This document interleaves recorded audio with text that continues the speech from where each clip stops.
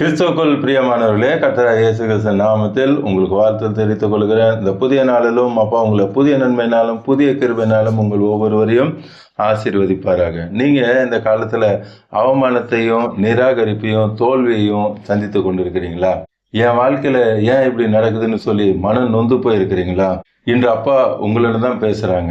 அருமையான ஒரு வாக்குத்தத்தத்தை அப்பா இன்று உங்களுக்கு கொடுக்கறாங்க. நீங்க எதை நினைச்சும் கலங்கி திகைத்து கொண்டு பதபதைத்து கொண்டு இருக்க வேண்டாம். எல்லாம் ஸ்மூத்தா நடக்கும். பயப்பட வேண்டிய அவசியமே இல்லை. நீங்க மனம் பதறி போய் இருக்கிறீங்க. அப்பா சொல்றாங்க, மனம் பதறாதீங்க, நான் உன்னோடு கூட இருக்கிறேன், எல்லாம் நான் நேர்த்தியாய் செய்வேன் என்று சொல்லி அப்பா சொல்றாங்க. கடைசியில உங்க எல்லாருக்காக நான் ஜெபிப்பேன். எல்லாருக்கும் அற்புதத்தை செய்வாங்க. இப்பொழுதுதான் அப்பாவோட வார்த்தைக்குள்ள போகலாம். ஏசாயா 50ஆம் அதிகாரம் 7ஆம் வசனம். Isaiah 50 chapter verse 7. கர்த்தராகிய ஆண்டவர் எனக்கு துணை செய்கிறார். அண்ட சராசரங்களை படைத்த சர்வ வல்லமுள்ள தேவன் நம்ம அப்பா சொல்றாங்க, நான் உனக்கு துணை செய்ய போகிறேன். இவ்வளவு நாள் நீங்க தனியா செய்து கொண்டு இருந்தீங்க, அதனால தான் உங்களுக்கு ஃபெயிலியர் ஆச்சு. அப்பா இன்றைக்கு சொல்றாங்க, நான் உனக்கு துணை இருக்க போகிறேன்.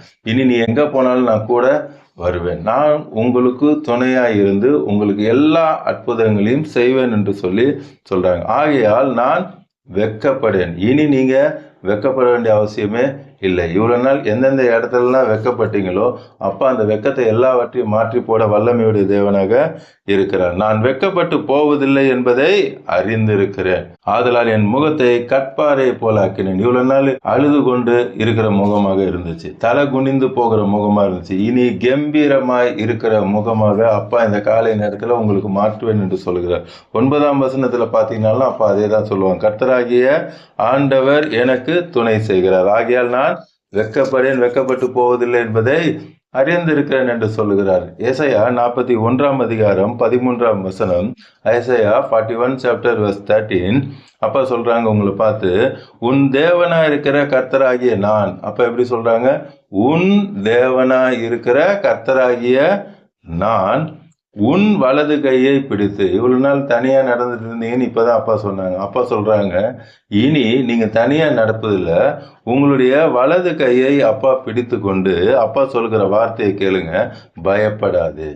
அப்பா சொல்லுகிற வார்த்தை பயப்படாது. நான் அடிக்கடி சொல்லுவேன், பிசாசுடைய நம்பர் 1 ஆயுதமே பயம்தான்.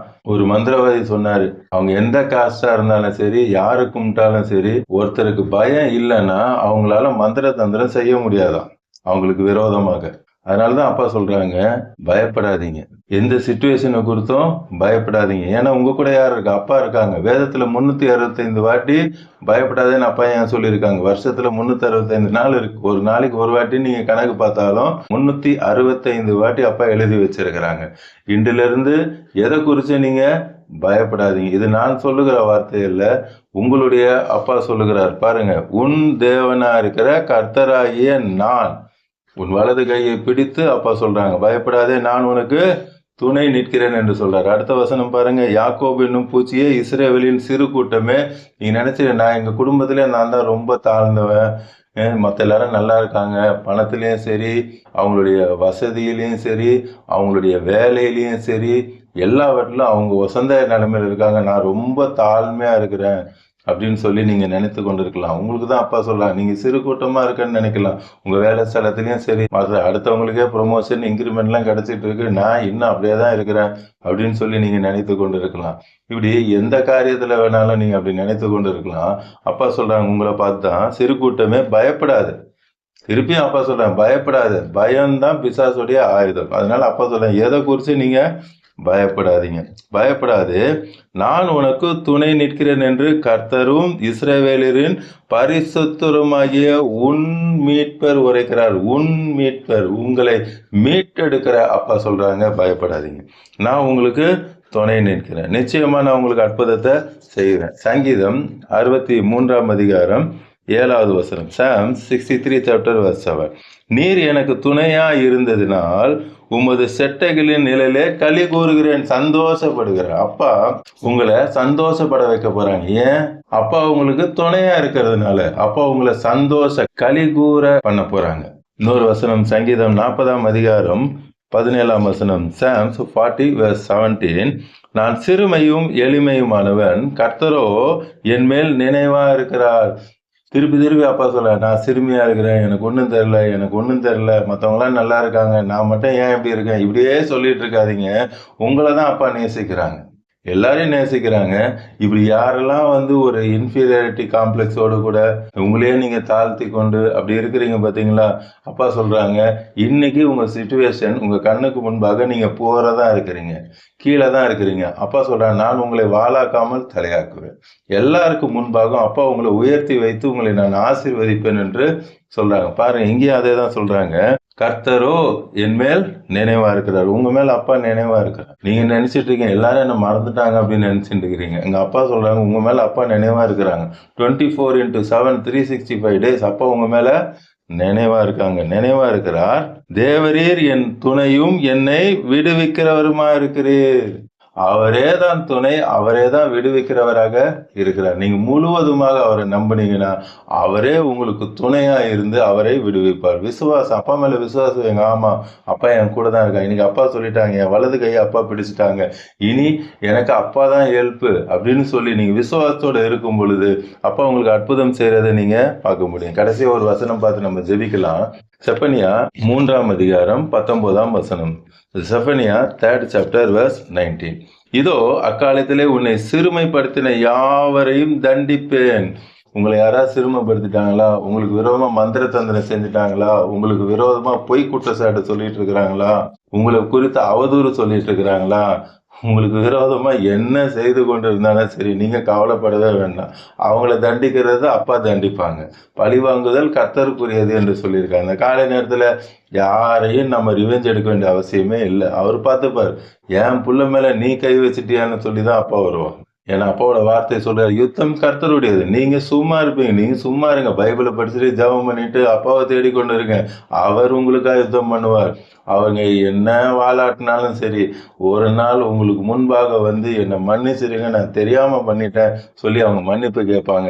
யார் யார் முன்பாக உங்களுக்கு தூசணமா நடந்தாங்களோ அவங்க எல்லாத்தையும் சொல்லுவாங்க, அவங்க நல்லவங்க தான், நான் தான் அவங்களை குறித்து இவ்வளவு தப்பா பேசிட்டேன், தப்பா செஞ்சுட்டேன்னு சொல்லி சொல்ல வைப்பாங்க. எங்க அப்பாவால கூடாத காரியம் ஒன்றுமே கிடையாது. அடுத்து, நொண்டியானவனை ரட்சித்து தள்ளுண்டவனை சேர்த்து கொள்ள. யாரெல்லாம் தள்ளி விட்டாங்களோ அவங்க எல்லாரையும் அப்பா என்ன பண்ணுவாங்க, சேர்த்து கொள்வாங்க. உலகம் உங்களை தள்ளிடுச்சுன்னு வேதனையோட பார்த்துட்டு இருக்கிறீங்களா, சொந்தக்காரங்க தள்ளிட்டாங்கன்னு பார்த்துட்டு இருக்கிறீங்களா, கூட வேலை செய்யறவங்க தள்ளிட்டாங்கன்னு பார்த்துட்டு இருக்கீங்களா, க்ளோஸ் ஃப்ரெண்ட்ஸ் தள்ளிட்டாங்கன்னு பார்த்துட்டு இருக்கிறீங்களா, அப்பா சேர்த்துக்கொள்ள, அது போதும், வேற என்ன வேணும். அந்த சராசரங்களை படைத்த அப்பா உங்களை சேர்த்து கொண்டேன் என்று சொல்லுகிறார். அவர்கள் வெட்கம் அனுபவித்த சகல தேசங்களிலும் அவர்களுக்கு புகழ்ச்சியும் கீர்த்தியும் உண்டாக செய்வேன். உண்டாக செய்வேன்னா இது வரைக்கும் இல்லை, அப்பா உங்களுக்கு கீர்த்தியும் புகழ்ச்சியும் உண்டாக செய்வேன் என்று சொல்றாங்க. இந்த காலை நேரத்திலும் அநேகர் புதுசா பார்த்துட்டு இருக்கிறீங்க. இதுவரை ஏசப்பாவை ஏற்றுக்கொள்ளாம இருந்தீங்கன்னா இப்பொழுது உள்ளத்தின் ஆழத்திலிருந்து கூப்பிடுங்க. அப்பா உங்க இருதயத்துக்குள்ள வந்துருவாங்க. அப்பா இந்த உலக பிரகாரமான ஆசீர்வாதத்தையும் கொடுப்பாங்க, நித்திய ஜீவனையும் தருவாங்க. இப்பொழுதும் கண்களை மூடி கல்வாரி சிலுவை பார்க்கலாமா? அன்பின் பரலோக தகப்பனே, இந்த காலை நேரத்துல உங்களுடைய பிள்ளைகளோட கூட பேசுனீங்க. நீ அற்புதங்களையும் அதிசயங்களையும் செய்கிற தேவன். நீங்க சிறுமைப்பட்டன்னு நினைக்கிறீங்க, அப்பா சொல்றேன், இல்ல, நான் உங்களை உயர்த்த போகிறேன். தாவீதை அவங்க குடும்பமே சிறுமைப்படுத்திட்டாங்க. அப்பா தாவீதை எட்டாத உயரமான கண்மலையில கொண்டு போய் வைத்தார். அதே போல உங்களையும் அப்பா எட்டாத உயரமான கண்மலையில போய் வைப்பேன் என்று சொல்லுகிறார். எதை குறித்து நீங்க கவலைப்பட வேண்டிய அவசியம் இல்லை. உங்க வேலையை குறித்து கவலைப்பட வேண்டிய அவசியம் இல்லை.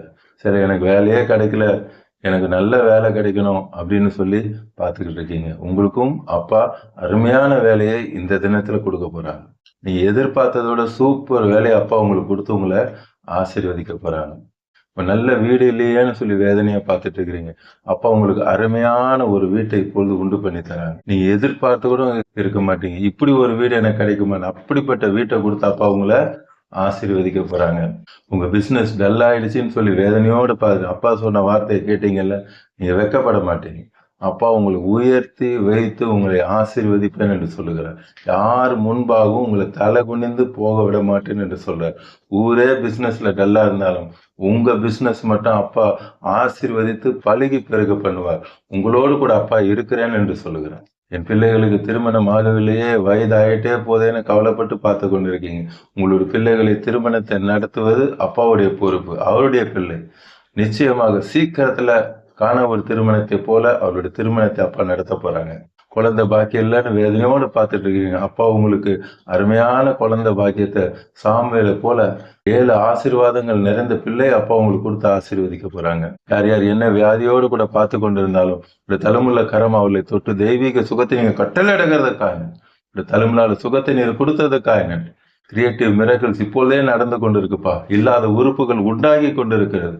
கண் இல்லையா, காது இல்லையா, நாக்கு இல்லையா, எந்த உறுப்பு இல்லை என்று சொல்லி வேதனையோட பார்த்து கொண்டிருக்கல, அந்த உறுப்புகள் எல்லாம் இப்பொழுது உண்டாகிறதுக்காக, இப்பொழுது அப்பா அற்புதத்தை செய்கிறதுக்காக நன்றி அப்பா.